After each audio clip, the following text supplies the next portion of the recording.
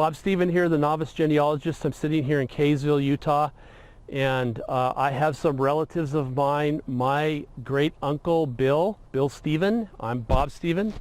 Bill Steven married a Pilling, and her relatives are buried here in Kaysville, Utah. And so I found the grave sites. It was a little bit of a trip for my son and his girlfriend and myself to find this site, but we did find it. Now we're going to go over about 5 people here on the Pilling family. The first ones I'm going to go to, which is an interesting story, and I need to connect the history here, and I'm still working on it. So if any Pillings out there can help me, it would be awesome. But I've got Richard and Catherine, who are children that died at 5 years old, right here. And these two individuals, which is interesting, they died within 2 days of one another. One was on January 2nd, and I think the other one was January 5th.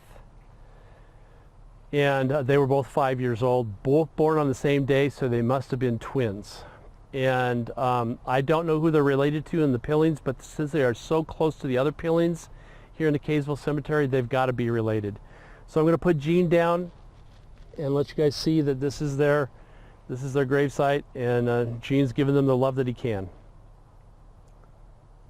All right, now I'm going to move to an unmarked grave, but according to the Kaysville Cemetery, which uses ArcGIS, which is an Esri application, which gives latitude and longitude, we've got Amanda buried right here.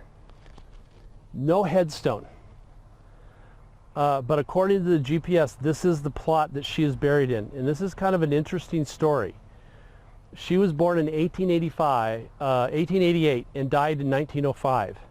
She was 19 years old. And according to the newspaper story, she was riding a horse that fell off and landed on her feet. But she landed so hard that she produced internal injuries. And 1 week later, she died of blood poisoning, which is most likely sepsis now. She passed away. The interesting story about this passing is that her mom and dad lived in Cardston, Canada, and they were messaged and made it here 25 minutes before Amanda passed away, which to me gives the heart of people trying to stay alive till they see their loved ones. I've got stories through all my family about that type of holding on until they get their closest loved one. Anyways, anyone in the Pilling family that can help me find out more about Amanda, I would love to hear from you. But this is Amanda's site. Now I'm going to move down here to another Pilling, and I need to find out how we're related. But here is John and Peggy, or Margaret Pilling, and this is the original headstone, and you can see the more modern one down lower here. And these guys were born in 1700, so 1796 for John and 1799 for Peggy or Margaret. Margaret died in 1874 and John died in 1887. I will then augment this video with more information about the Pillings and how John is related here. You know, this is exciting stuff. And if any of the Pilling family or relatives can help me out with more information here that we can publish on the Novice Genealogist, please bring it forward.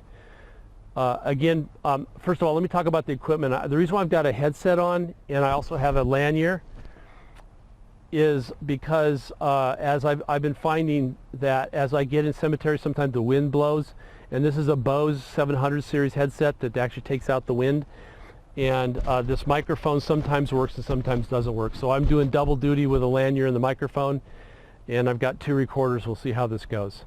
Anyway, Bob Steven, the Novice Genealogist, signing off. See you next time.